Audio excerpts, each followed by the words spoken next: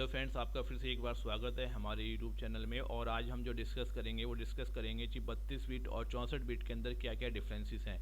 तो दोस्तों, video start करने से पहले अगर अभी तक आपने हमारा चैनल जो है वो सब्सक्राइब नहीं किया है तो आप अपने यूट्यूब पर जाएं और यहाँ पर सर्च करें रोहित स्पेस सानू स्पेस नेटवर्किंग, और यहाँ से आप सब्सक्राइब का बटन दबाएँ ताकि हमारी लेटेस्ट वीडियो आप तक सबसे पहले पहुँचे और आप अपनी नॉलेज को इंक्रीज करें। तो चलिए दोस्तों, हम चलते हैं 32 बिट और 64 बिट पर। तो दोस्तों, यहाँ पर जो है ना सबसे बड़ा कन्फ्यूजन आज की डेट में लोगों को है यार कि 32 बिट और 64 बिट के अंदर डिफरेंसेस क्या क्या हैं। तो दोस्तों, उससे पहले मैं आपको बता दूं कि 32 बिट और 64 बिट के अंदर जो है कंप्यूटर लाइन में हमारी क्या क्या चीज़ें अवेलेबल हैं। तो दोस्तों, यहाँ पर आप तीन चीज़ों का अच्छे से ध्यान रखें। पहला है हमारे पास प्रोसेसर। तो कंप्यूटर के अंदर जो प्रोसेसर होता है जिसको हम सीपीयू भी बोलते हैं या माइक्रो प्रोसेसर भी बोलते हैं दोस्तों, ये 32 बिट और 64 बिट दोनों में ही अवेलेबल है।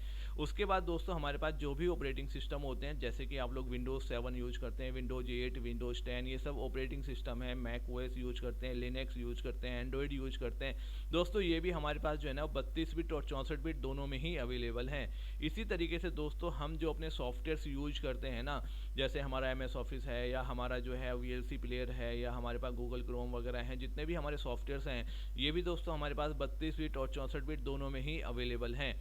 इसी तरीके से दोस्तों, अब मैं आपको बताता हूँ कि हमारा जो कंप्यूटर है ना, जब भी हम उसके अंदर कोई भी इन्फॉर्मेशन सेव करते हैं तो वो उस इन्फॉर्मेशन को 0 या 1 की फॉर्म में क्या करता है, अपने अंदर सेव करता है। और इस 0 और 1 की फॉर्म को जो है वो हम लोग बाइनरी नंबर्स बोलते हैं। तो कंप्यूटर जितनी भी चीज़ों को याद रखता है, चाहे वो ऑडियो हो, वीडियो हो, टेक्स्ट हो, A to Z चीज़ें जो भी आप उसके अंदर सेव करना चाहते हैं, वो उसको जो है वो 0 और 1 की फॉर्म में ही जो ना उसको अपने अंदर स्टोर करता है। और जब वो उसको सर्च करता है तो दोस्तों वो उसको 0 और 1 की फॉर्म में ही सर्च करेगा, उसके बाद आपको रिप्लाई देता है। तो दोस्तों, ये 0 और 1 है क्या, इसको मैं आपको बताता हूँ। तो यहाँ पर हम बात करते हैं 32 और 64 बिट की। तो देखिए दोस्तों, हम बात करते हैं, जैसे कि मैंने अभी आपको बताया कि हम बिट की बात कर रहे हैं जी, 32 बिट क्या है और 64 बिट क्या है। तो मैं आपको बताता हूँ कि यार जो मैंने आपको बताया जी बाइनरी बिट्स जो है ना वो है क्या।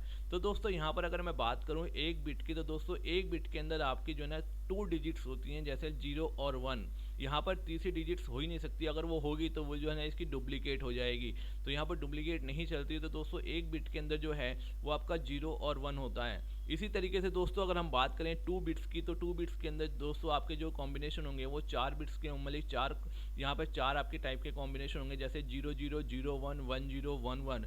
इसी तरीके से दोस्तों, अगर हम बात करें 3 बिट्स की, 3 बिट्स की, तो यहाँ पर दोस्तों 3 डिजिट्स के जो है ना कॉम्बिनेशन होंगे, देखो 00, 001, 100। तो इस तरीके से यहाँ पर टोटल जो है ना दोस्तों आपके जो ना ये 8 लाइन होंगी, 1 2 3 4 5 6 7 8। इसी तरीके से दोस्तों, अगर हम 4 बिट्स की बात करें तो 4 बिट्स में जो है 4 बिट्स के जो है ना दोस्तों यहाँ पर क्या होंगे, कॉम्बिनेशन होंगे। तो यहाँ पर जस्ट आप देख रहे हैं 16 हो रहा है। तो दोस्तों, यहाँ पर आप देख रहे हैं जी, एक बिट के अंदर आपकी 2 डिजिट्स हैं, 2 बिट्स के अंदर आपकी 4 डिजिट्स हैं, 3 बिट्स के अंदर आपकी 8 डिजिट्स हैं। इसी तरीके से आप यहाँ पर देख रहे हैं जी 16 बिट्स के अंदर जो ना आपकी वो 16 यहाँ पर कॉम्बिनेशन इसके बने हुए हैं। तो दोस्तों, अब आप खुद ही समझ सकते हैं जी यार 32 बिट और 64 बिट के अंदर जो है वो इस टाइप के कैसे कैसे कॉम्बिनेशन बनेंगे। तो उसके ऊपर हम जो है आज क्या करने जा रहे हैं, बात करने जा रहे हैं। तो दोस्तों, मैं आपको यहाँ पर जो है ना लेके चलता हूँ, एक कैलकुलेशन मैंने की हुई है। तो दोस्तों, यहाँ पर हम देखते हैं कि अगर हमारा कोई भी चीज़ जो है वो 32 बिट है, तो 32 बिट का मतलब क्या है। तो 32 बिट का जो मतलब होता है वो दोस्तों होता है 2 की पावर 32। और दोस्तों 2 की पावर 32 का जो मतलब होता है वो होता है ये 4294967296।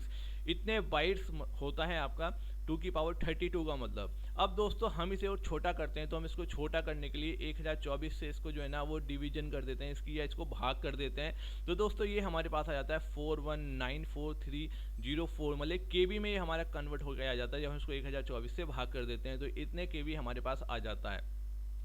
उसके बाद दोस्तों, जब हम इसको फिर से 1024 से जो है ना इसको डिवाइड करेंगे, तो ये हमारे पास आ जाएगा 4096 MB। तो दोस्तों, केबी का मतलब होता है किलोबाइट और यहाँ पर जो है MB का मतलब होता है मेगाबाइट।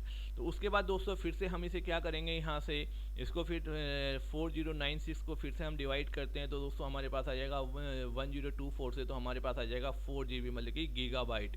तो दोस्तों, यहाँ पर अगर हमारा कोई भी ऑपरेटिंग सिस्टम या हमारा कोई प्रोसेसर या हमारा कोई भी सॉफ्टवेयर अगर वो 32 बिट के अंदर है, तो कहने का मतलब ये है जी वो हमारा कंप्यूटर जो है वो ओनली 4 GB रैम को ही सपोर्ट करेगा, उससे ज़्यादा GB की रैम को सपोर्ट नहीं कर सकता। तो यहाँ पर दोस्तों बात आती है रैम की, कि यार हमारा जो 32 बिट ऑपरेटिंग सिस्टम है या 32 बिट जो हमारे पास क्या है 32 बिट हमारे पास प्रोसेसर है, वो हमारा ओनली 4 GB की रैम को ही क्या कर सकता है, सपोर्ट कर सकता है। अब चलिए दोस्तों बात करते हैं 64 बिट की। तो 64 बिट के अंदर क्या है, तो आप देखेंगे जी 64 बिट के जब हमने 2 की पावर 64 रखा तो इसका जो कैलकुलेशन है दोस्तों वो ये निकल गया है, इतने बाइट आई। जब हमने दोस्तों इस बाइट को छोटा किया केबी में किया तो उसका आंसर ये आया। फिर दोस्तों हमने इसको और छोटा किया 1024 से, इसको फिर से भाग किया तो ये इतने MB आया। और फिर दोस्तों हमने फिर से इसको और छोटा किया तो ये हमारे पास इतना GB आया। और फिर दोस्तों हमने इसको और छोटा किया तो GB के बाद होता है TB, तो ये हमारे पास TB आया, मतलब कि टेराबाइट। दोस्तों फिर हमने इसको और छोटा किया तो PB आया, मतलब TB के बाद होता है PB, पेटाबाइट। और फिर दोस्तों हमने इसको और छोटा किया तो हमारे पास ये जो है वो 16 EB आया, एक्स्ट्राबाइट। दोस्तों इससे ऊपर भी होता है, जोटाबाइट होता है, योटाबाइट होता है। तो दोस्तों आप जैसे कि यहाँ पर देख ही सकते हैं जी, अगर हमारे पास जो प्रोसेसर है अगर वो हमारे पास 64 बिट का है तो दोस्तों वो जो है आपकी 16 मतलब 16 EB तक की रैम को क्या कर सकता है, सपोर्ट कर सकता है। और दोस्तों आप समझ ही सकते हैं कि यार हमारे कंप्यूटर में रैम क्या होती है। आप मोबाइल में रैम का यूज़ करते हैं, आपको उतना ही फास्ट मोबाइल चलता है जितनी ज़्यादा उसमें रैम होती है। तो आज की डेट में आप उसी मोबाइल को लेना पसंद करते हैं जिसके अंदर ज़्यादा रैम होती है। तो दोस्तों जैसे कि आपको मैंने बताया जी, जिस कंप्यूटर के अंदर 32 बिट CPU होगा वो ओनली 4 GB रैम तक को सपोर्ट करेगा, और जिसके अंदर 64 बिट प्रोसेसर होगा तो वो दोस्तों आपकी जो है वो 16 EB तक की रैम को क्या करेगा, सपोर्ट करेगा।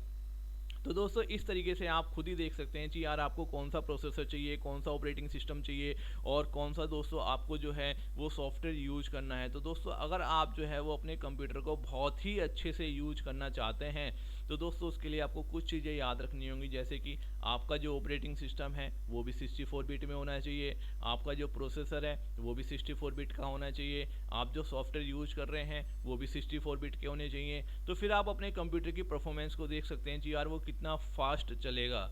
चलिए दोस्तों मैं आपको दिखा देता हूं, अगर आपको नहीं पता जी भाई हम जो है वो कैसे चेक करेंगे जी हमारा जो कंप्यूटर है वो 64 बिट का है, 32 बिट का, या हमारी जो ऑपरेटिंग सिस्टम है वो कितने बिट की है।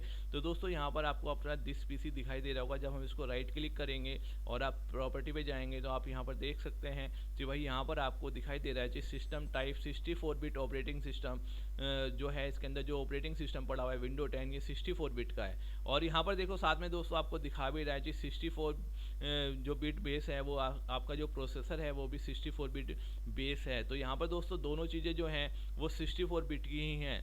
दोस्तों मैं यहाँ पर आपको एक चीज़ और बताता चलूँ कि अगर आपका प्रोसेसर 64 बिट का है और आपका ऑपरेटिंग सिस्टम भी 64 बिट का है, और अगर आपके पास जो सॉफ्टवेयर है वो 32 बिट का है तो वो तो इसके अंदर इंस्टॉल हो जाएगा। लेकिन अगर आपका जो ऑपरेटिंग सिस्टम है वो 32 बिट का है तो आप उसके अंदर 64 बिट का जो सॉफ्टवेयर है उसे इंस्टॉल नहीं कर सकते। तो इस चीज़ का आप ध्यान रखें कि 64 बिट के अंदर तो 32 बिट वाला इंस्टॉल हो जाता है, लेकिन 32 बिट के अंदर 64 बिट वाला इंस्टॉल नहीं होता।